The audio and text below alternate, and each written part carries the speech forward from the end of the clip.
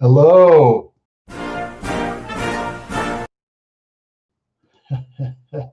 Technical issue there. This is Mark Langgin with the New Frontier Action, and I want to say thank you for joining us today.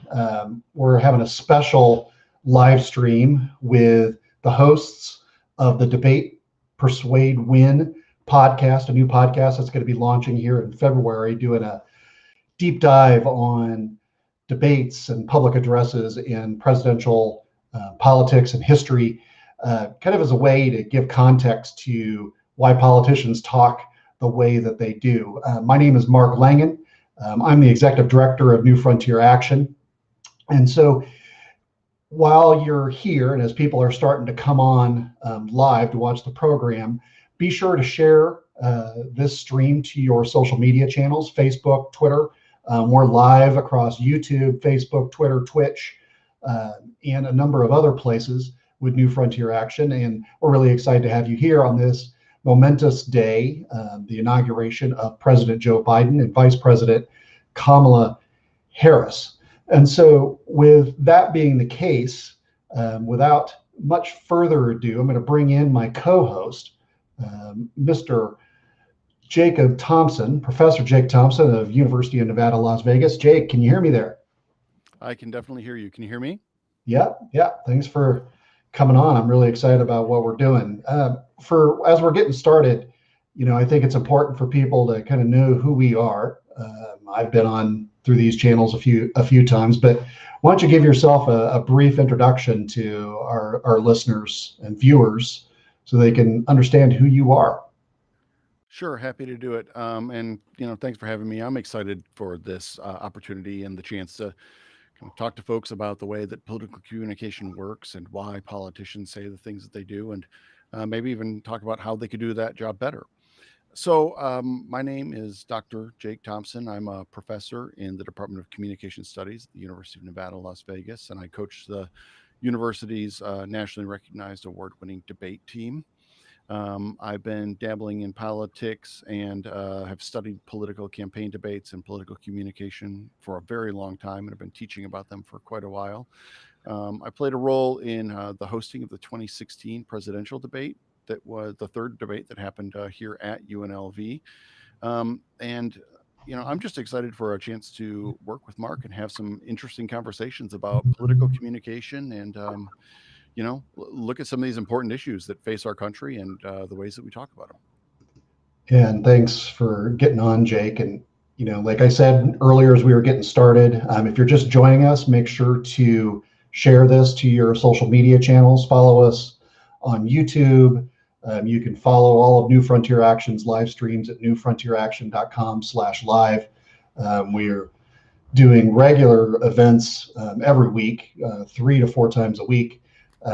Really wanting to use these as an opportunity to educate the community about ways to be better communicators, better campaigners, better advocates for our values. And this is just an extension of that. And with the inauguration, we think that's an important point in history and in our politics to really drive home. And I think, after watching the inaugural address today, and even though it was kind of pared down, the pomp and circumstance of what goes on around the inaugural, it made me think back to other past inaugural addresses that I've watched, whether it was Barack Obama when he was first sworn in, Bill Clinton, George W. Bush.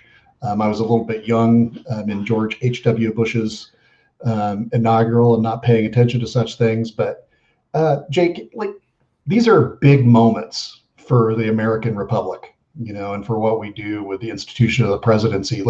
What's the history of the inaugural? Why are they so important? Well, the inaugural has been around as long as the Republic has. George Washington delivered his very first inaugural, and it's one of the most famous inaugurals in the pantheon of many great speeches, and some maybe not so great.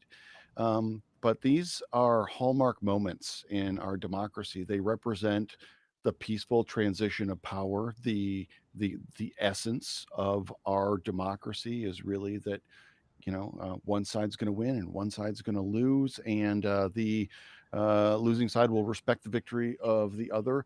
And this inaugural addresses not only pay homage to that transition, but they also, open the door for the incoming administration to discuss their vision for the country, partially discuss their agenda, but only in the broadest of terms. So to give people kind of a picture of where we're headed, and really to talk about where we are as a nation, to place their administration within the story of the nation, where we were, where we are now, and where we are going. And, from kind of comparing and contrasting, I mean, I was really struck by the difference in tone and substance between this speech and Trump's inauguration now 4 years ago.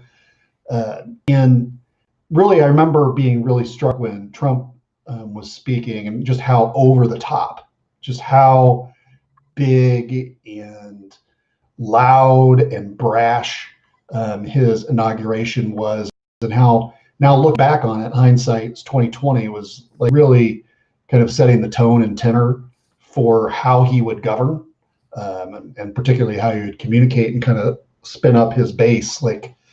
And while some folks might look at Biden's address this time around as being,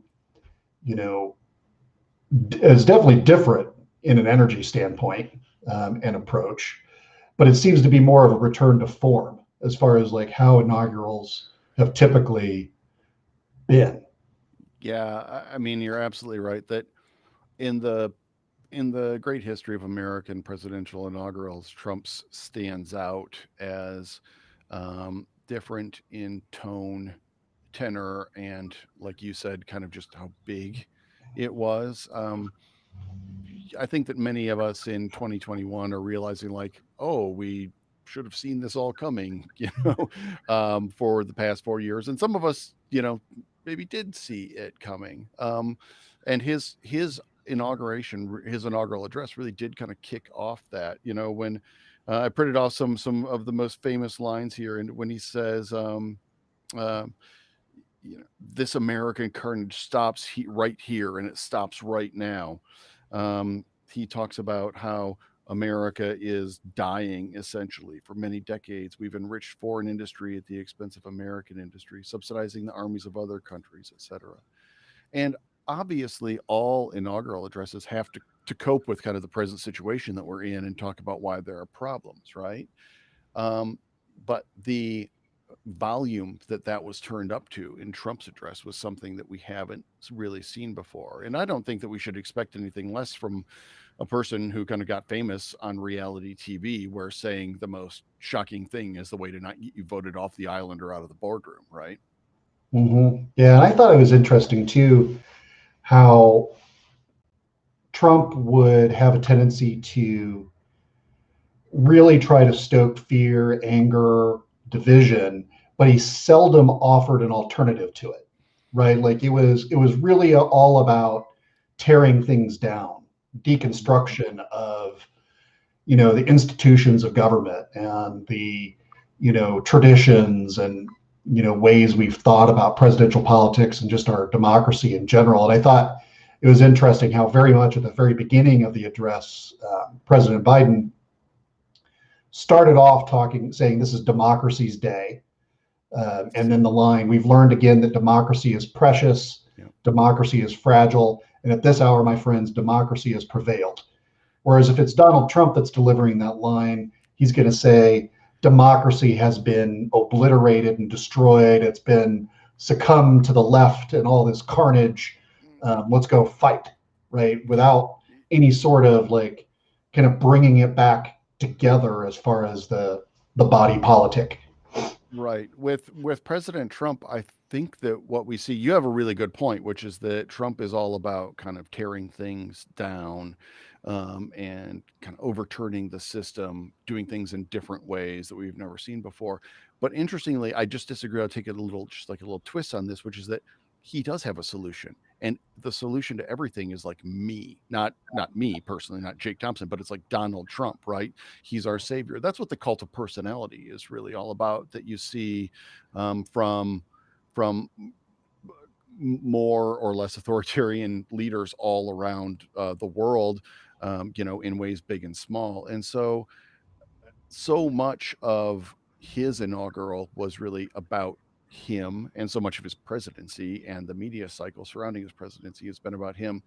And it was refreshing to see um, in Biden's inaugural a return to what I would refer to as typical humility, right? To that you need to position yourself as a strong leader, but at the same time as a humble leader, and those two things can be in tension sometimes, right? Because it's it is important sometimes for strong leaders to talk about their abilities and the ways that they can address problems. But Biden always referred to the solutions to those problems stemming out of our unity, that we can do things together. There's no challenge that we can't overcome together, et cetera. And so while there was a lot of, negative in Biden's speech, well, he appropriately, I think, set the tone for the dangerous and almost unprecedented situation that we're in, whether it was addressing the violence that happened on January 6th, or the pandemic, white supremacy, domestic terrorism, business closure, and the kind of recent decline of the American economy. All of those set the stage for his call to action, which is we all need to work together to solve these problems. One thing that I have always found interesting in Biden's speeches is, I mean, he's an incredible storyteller. He is, somebody that has a rich understanding of literature, narrative across, a lot of different disciplines. Everything from his, I mean, he draws heavily from his faith, and of course, he loves to quote a good Irish poem here and there.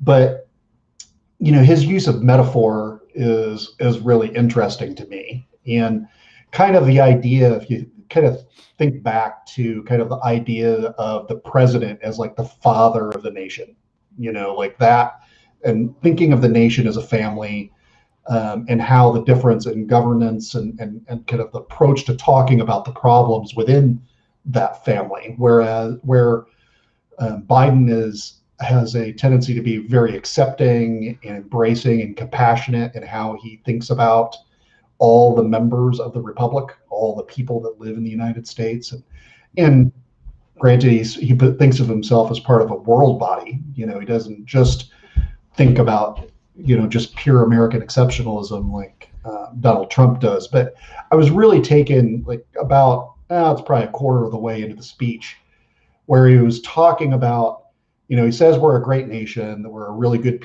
we are a good people, talking about the history of some of the strife that we've gone through. And then he starts talking about racial justice and kind of setting up the values behind some of the key policy priorities he's talked about in the first 100 days. And he says a cry for racial justice, some 400 years in the making, moves us. The dream of justice for all will be deferred no longer. And then he extends that metaphor about crying to talk about the planet. He says a cry for survival comes from the planet itself. So, in essence, humanizing planet Earth in some respects. I'm just interested on your take on that. And I thought it was interesting how that kind of all fit together, how it fit with the approach to the COVID pandemic as well. Well, I mean, I'll let me address that kind of in a more broad sense first and say that, like, from what I understand about Biden's rhetoric, it's very boiled down. He likes to keep ideas simple and intelligible. The line I've often heard is that he says when an advisor reads something to him, get on the phone, call your mom, and if she understands what you're saying, we can keep it, right? And uh, if I make it to the White House, mom, expect a phone call from me one of these days. But maybe not. But I do think that the value of metaphor, which communication scholars have been writing about for a very long time, is that it takes something that might be complicated or hard for the audience to understand, big, complex, global warming, the economy, what have you, right? And it puts it into terms that boil it down, that simplify it, and that those terms are contextual and they are intelligible to the audience, right? And so the audience can understand a crying person. The audience can understand the way maybe an engine works or runs, etc. And Biden is a really effective rhetor because he keeps things simple and he works hard to make those simple messages broadly applicable. And like I said, intelligible to a wide audience, which is also an excellent example of how he enacts the things that he's talking about, right? That he is interested in not just saying the word unity, but in crafting a message that itself can be unifying because it's not just addressing, you know, the the the the, the intelligentsia in Washington D.C. or lobbyists or the military-industrial complex. He's talking to moms and dads and folks in middle America, rural, urban, etc. I mean, what are, if there was going to be, a couple things, like one thing that you would want to pull out that surprised you about the speech, about the inaugural address, like, was there anything that just really kind of stuck out to you as far as, both historically, like it's always, I think that one of the things that's going to occur in the media and over the next, 30, 60, 90 days, we're going to get to a point where right now everything is in juxtaposition and contrast with the Trump administration. That's going to slowly evolve, and it's going to be more focused on Team Biden-Harris. So, what are the things that you saw that jumped out to you that seemed to be kind of uniquely interesting? Well, one thing that jumped out, that jumped off the page literally, was Biden's relentless focus on unity. And like, I'm not the only person to notice this. You know what I mean? Like, this is not the part of the podcast that's probably going to make headlines. Like, shocker, Biden talks about unity in inaugural address, because that's a component of every inaugural address. But he literally, the title of this speech could have been American Unity or Reunifying America. And that was the theme that ran through the entire speech. It was part of everything that he talked about, and he was relentless in his focus on it. And I expected it to be a big part of the speech, and I was pleasantly surprised that he exceeded expectations on that front. Like, he went unity overboard. And frankly, I think that that's what the country needs now. That's what the country needs to hear. We're divided as we've never really, not never, we're divided as we've seldom been before, right? And we've been divided at times in this country. And we also face challenges, the likes of which we've seen before, but are relatively unprecedented in this modern era. So that was the first thing that stood out to me. I'm curious if you can tell me some of the things, or one of the things that you thought kind of really stood out to you, or that you found to be most interesting about the inaugural as well. I thought one of the more lots of presidents, when being inaugurated, make references to their faith, right? Like, that's a regular recurring theme, with most inaugural addresses, and regularly a lot of just kind of more formal campaign speeches and once in office. And Biden has always been a, unabashed Catholic in how his politics and his kind of sense of social justice. He's been very public about his struggles with, his faith and the church, and how that relates to some of the issues of the day, whether it's reproductive freedom, LGBTQ civil rights, those sorts of things. And I think, like a lot of Catholics, and I'm not Catholic, he lives that struggle on his sleeve in a way that many politicians don't. Like, some politicians, it's a talking point that they use to check a box to say either they're in one camp or another when it comes to reproductive rights. But he very much leans into that in how he talks about his faith and how that informs a wide swath of his policy priorities. And I think that it's interesting in how he's, like, the kind of section where he references and talks about St. Augustine, Mm-hmm. and how, making an appeal to common interests and love Yes. as kind of being a unifying framework for how we need to bring people together. And he talks about opportunity, security, liberty, dignity, and honor, and then uses that to pivot into talking about the truth, Right. and really wanting to push back on some of the media entities that are out there, whether it's online and social media or whether it's Fox News and other major broadcasters. So I thought that is a very complex set of things to talk about in any speech, let alone in an inaugural address. And then, just as a funny side note, I was sure he was going to cut into singing "Amazing Grace." Like, I thought he was going to sing and then just try to like give a nod to Obama back sitting behind him and say like, "See, I killed it," but he didn't. He just I think we'd have a very dangerous "Who Sung It Better," which probably wouldn't have worked out well for Biden, is my guess. I want to just piggyback on what you said, because I think it's, I think that you're right. It is very interesting that um, he wears the struggle of faith compared to, like public policy on his sleeve. And a quick Google search would figure this out for us, but like, I don't think that St. Augustine has ever made an appearance, at least being quoted directly, in an inaugural before. Perhaps I'm wrong. It seems like the kind of thing that a Lincoln may have done, but his were notoriously short. So I thought that was very interesting. And I also want to add that, like, I thought the other part that I found fascinating and wondered how he was going to deal with was the question of truth, which you brought up at the end of what you were saying, which is that, like,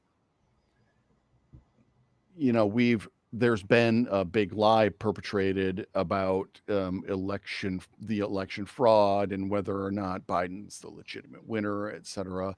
And every reputable source, Republican and Democrat, that kind of knows what they're talking about, that hasn't been paid off, kind of all agree that there was no evidence of widespread voter fraud, that Biden is a legitimate winner. He won by a sizable margin, and that Donald Trump really lost this election because he refused to reach out beyond his base. And how the way that Biden dealt with that was pretty artful, and it's also like risky territory, right? Because like the lie that you're talking about, can be seen as like self-serving, right? And this gets back to what I was talking about earlier about that, in normal inaugurals, a leader wants to appear strong but humble at the same time. And Biden walked that tightrope really well, I thought, when he was talking about the value of the truth, that there are facts out there and that they matter. And I thought that he did an excellent job on that front. And that was also something that I don't think that I've ever seen or heard of in an inaugural before, and it's because the times call for it. And I'll also say that, like, white supremacy and domestic terrorism get a shout out in this, a negative shout out in this inaugural, and which is another sign of the times, and like something that I don't think that we've heard before. It's a pretty unique situation that we're in right now. Yeah, and I think that, listening to some of the coverage here over the last few hours, the phrase "we must end this uncivil war" is, I think, probably one of the biggest, takeaways as far as a tagline from the speech. And I want to ask you, and is Joe Biden now a wartime president?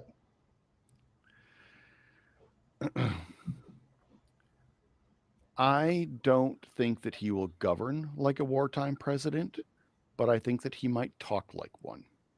Okay. And I think that that's an important distinction, because wartime presidents frequently cloak what they are doing and talk about what they're doing in the giving lip service to or direct homage to unity, right?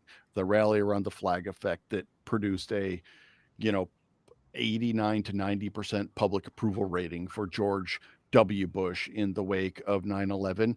I think Biden would love to get to something like that, although it's very unlikely to happen in the partisan environment in which we live. So I think that he'll talk about unity quite a bit. I think that he will be a rhetorically active president on that front, but I doubt that he will be trying to cram things down Congress's throat. A, because Democrats control Congress and he probably won't have to for a little while at least. And B, because as an experienced legislator, probably the most experienced legislator that we've had in office since like what, Gerald Ford, right? He knows how to get things done on the Hill, and that's not by, shaking your fist and pointing at people or tweeting bad things about them. It's like working closely in concert with them and finding commonalities that can, help get problems solved. And so I think that he'll talk like a wartime president, but likely not govern like one. Yeah, because I thought it was, I think, like you said, it all fits into this kind of theme of unity that he's pushing throughout the entire speech, and going into his legislative agenda. And I think overall, I think it's kind of interesting how it reads too, in that using these kind of patriotic themes, these big shared values that are not necessarily tied to specific policy items, and trying to reclaim those and apply those to the appeal to unity and recognition of common interests, as a way to bring people together, whether it's in confronting the pandemic, confronting climate change. These are issues that, while there's been vision in Congress, there's wide public agreement that climate change is something that we need to address. It is widely agreed to by the public that we need to do something more with how we're distributing vaccines in response to the COVID pandemic, or how we're dealing with social distancing and masking rules and economic supports. There's a lot of those pieces that, are going to make up, I assume, big parts of the first 100 days, that he's really wanting to lay out to people. One thing I was wondering your thoughts on too is in terms of audiences for an inaugural address. Like, obviously there's voters, and there's the people in DC, the media, but who are the other, what are the groups that you think that Biden's really trying to communicate here to? And is that similar to past inaugurals? And yeah, definitely. So that's a great question. And the answer is there are a few. The primary audience, and I want to kind of react to what you said as well by way of answering this question. The primary audience for this was the American public, voters and even non-voters, average Americans. And this call for unity was a call for unity with our neighbors in our cities and towns. And it was a call for unity that, it can extend to Congress, and he specifically spoke to Congress as well, but that is really directed at average Joe and Jane Q publics in America.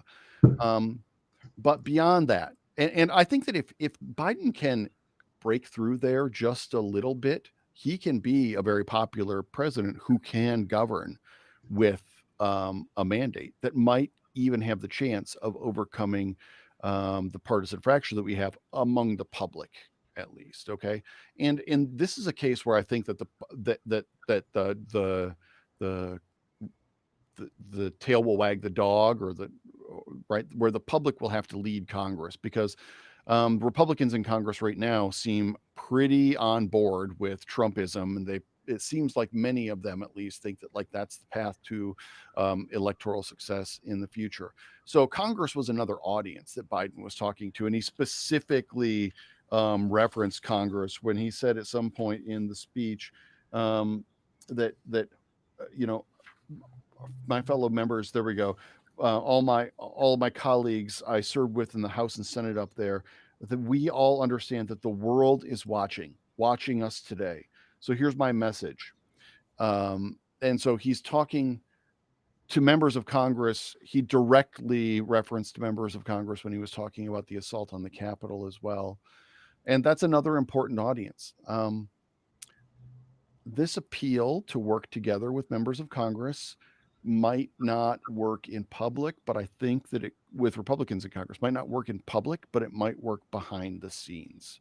So I think that there's a, a non-zero chance that some Republicans come around in the interest of solving problems in a bipartisan manner and decide to work with Biden on some issues. Now, there are obviously going to be issues that I think that Biden tries to tackle that won't require congressional action that he can do through executive order, et cetera. I mean, And just real quick, the final audience, and this is something that, because the theme was unity, doesn't get a lot of attention, and will kind of be one of my takeaways that I thought was interesting, was his discussion of our role in the world. And this address was also targeted toward our allies and our adversaries in the world, where he talked about renewing America's place in the world, leading by example, and reaffirming alliances, not making them purely transactional, and having America be a country that other countries can rely on for not just leadership writ large, but leadership on the challenges of our time. And so that's the other really critical audience here is our allies and adversaries. And the world is watching. The world's been watching for a while in shock, disgust, and awe, and they're watching very carefully to see how things go down in America. We set a tone for the rest of the world because of our long history of peaceful democratic transitions. And I think Biden met that challenge today.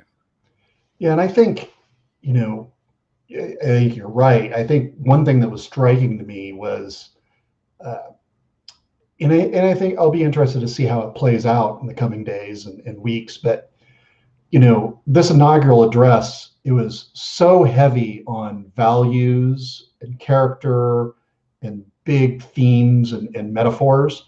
It did not get bogged down in a bunch of minutia of talking about making calls like there was no law. It wasn't like a state of the state or state of the union address where there's a laundry list of these are my priorities in the first 100 days. It wasn't like that.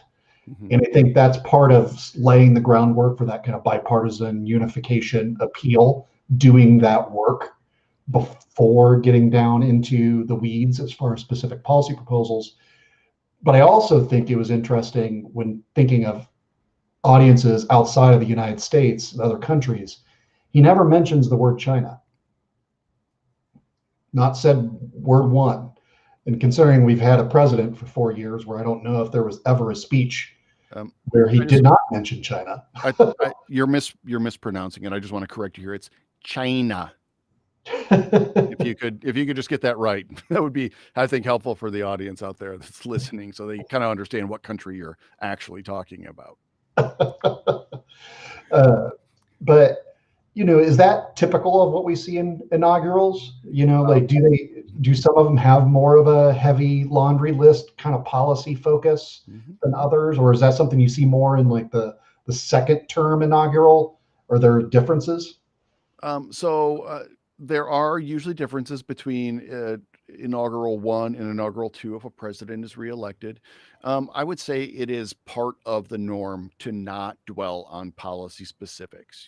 A policy or two might get a shout out or a mention from a president who's delivering an inaugural, but by and large, the goal is to reunify the country, and you don't do that by dwelling on specific policy minutia and nuance. Instead, what you do is what Biden did and what so many other presidents have done is talk about this in terms that are more general, that stress shared American values, and whether those values are patriotism or whatever. Biden really chose to focus on unity as a value. I love that line where he said, we will make the United States the United States.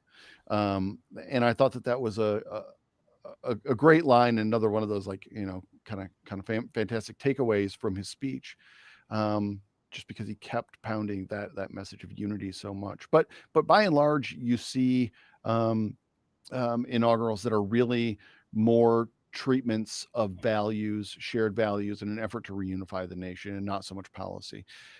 You might see a little more policy in second inaugurals, and you might see a little bit more kind of freewheeling in a second inaugural because, at basically by the time they're giving their second inaugural, in some ways, presidents are lame ducks already, right? But it's they are often different in tone, but presidents still use them to set the tone for the next 4 years with more generalities and value related statements. Yeah. Well, so I think we've covered a lot of what were kind of takeaways, and I think it'll be interesting to see how kind of those audiences receive the speech over the coming days. Yeah, And I'm very interested to look at like post speech polling, whether that's snap polling with the dials of how much people like things, approval ratings of the speech, et cetera. I think that that's something that will tell us a lot, and I suspect that you will see a better than, I'm going to say, better than 60% approval rating for the speech, which stretches far beyond the bounds of partisanship, right? yeah, I agree. And it'll be interesting to see like what other public speaking moments the administration takes over the next 2-3 weeks here to start laying the groundwork for that agenda, and how things get positioned with the new incoming Congress, Senate majority, what that means for conversations around things like filibuster reform, judicial nominations, what's the approach to budget reconciliation, and some of the other tools that Democrats are going to need to be able to achieve some of their bigger policy priorities, and how those get done within the framework of kind of bipartisan unity or those kinds of appeals to common values. So as we're wrapping up here, one thing that we're going to start doing, and for those that don't know that are still with us here at minute 35 in the live stream of talking about inaugurations, you and I are going to be doing a regular podcast starting in February called Debate, Persuade, Win, where we're going to talk about big debates, forums, speaking moments, and political history, and doing deep dives on things like the Kennedy-Nixon debates, and talking with experts that work with candidates for office, maybe speechwriters, number of other sorts of areas. And one of the things you and I, since we both come from competitive debate backgrounds as debaters and coaches, we always give speaker points to students that we are judging in competition. And they're kind of ridiculous. They're on a scale of 0 to 30, and we give points, and those help determine who wins different awards at tournaments and competitions. And some of these are relatively high stakes. There's lots of competition in the collegiate debate ranks and at the high school levels. But so if you were to assign point values to Biden's speech. Well, it's important to start by giving the audience a little bit of a context, maybe just real quick, right? I think that it's generally held that a few of the worst inaugurals in history were one by William Henry Harrison's, like 8,000 words long. Biden's was like 2,500 in contrast. It took 2 hours. He spoke in the freezing cold, and he died of pneumonia because of it a month later. Ulysses S. Grant, who complained about the bias campaign that was run against him, et cetera. Those are seen as some of the worst inaugurals in American history. And if we were assigning points to those, we might assign them like 20, 22, 25. So it's not like a 0 to 30 scale, really. It's like, if you say something racist and you're mean and you're not very good at what you do, you might get a 20. Okay. So the scale is really kind of 20 to 30, and average, you did a pretty darn good job, is like a 27.5.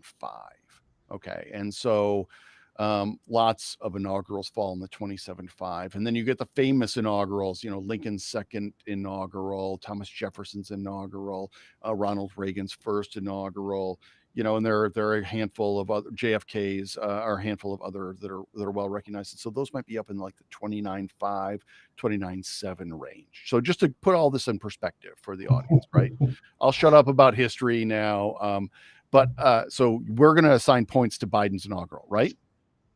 Yes. Okay. I'm going to go first then, and I will give Biden a 29.2. I think that it was a very strong speech. At a college debate competition, 29-2 is like he probably should have advanced to the elimination rounds, as a contender to potentially win the tournament. Not as great as some of the greatest inaugurals ever, but definitely up there in terms of both content and delivery. 29-2. Yeah, and I think that's pretty fair. That's a fair allocation of points. I might give him the paragraph where he mentioned St. Augustine. I might give him a straight up 30. Like just so that, because he's the first, or at least according to our resident scholar, Dr. Jake Thompson, he's the first to reference St. Augustine in an inaugural address. We can edit that out later if I'm wrong, right? But I haven't judged a competitive debate in a long time, but I was always a renowned, ass when it came to assigning points. Like it took a heavy lift to get up above a 26 for me most of the time. Right. But yeah, I'd give him a 29 to 29.5, somewhere in that range. And in terms of rising to this particular moment, like thinking about it in context of where we are with the pandemic, with the riots at the Capitol. I'd also give the administration and law enforcement in DC some points for holding a very different sort of inaugural event and doing it, by all accounts so far, safely and securely, and in a way that still gave plenty of access and visibility to the incoming president, to the American public, which I think is going to be, we're not going to see like big long 8 hours of executive time on the Biden administration's public calendar. He's going to have a very transparent and public presidency, I believe. You mean he's not going to be like rage tweeting at Fox News as they're broadcasting? That's not part of the plan for his Build Back Better? That's my guess. I mean, it will be interesting. It's, I live in Iowa. You lived in Iowa for a little while when you were at University of Northern Iowa as a professor. But, Joe Biden has a history of, activists, elected officials, volunteers, folks from all walks of life, just getting a phone call from Uncle Joe here in Iowa. That's a very regular thing. And it'll be interesting to see how, you're not, like you said, Biden's not going to be rage tweeting, but who's he going to pick up the phone to call these days? And how's that security going to look? Right. Well, if he needs me, I'm out there and my phone number is pretty widely available. So he can just let me know. I assume you are too, right?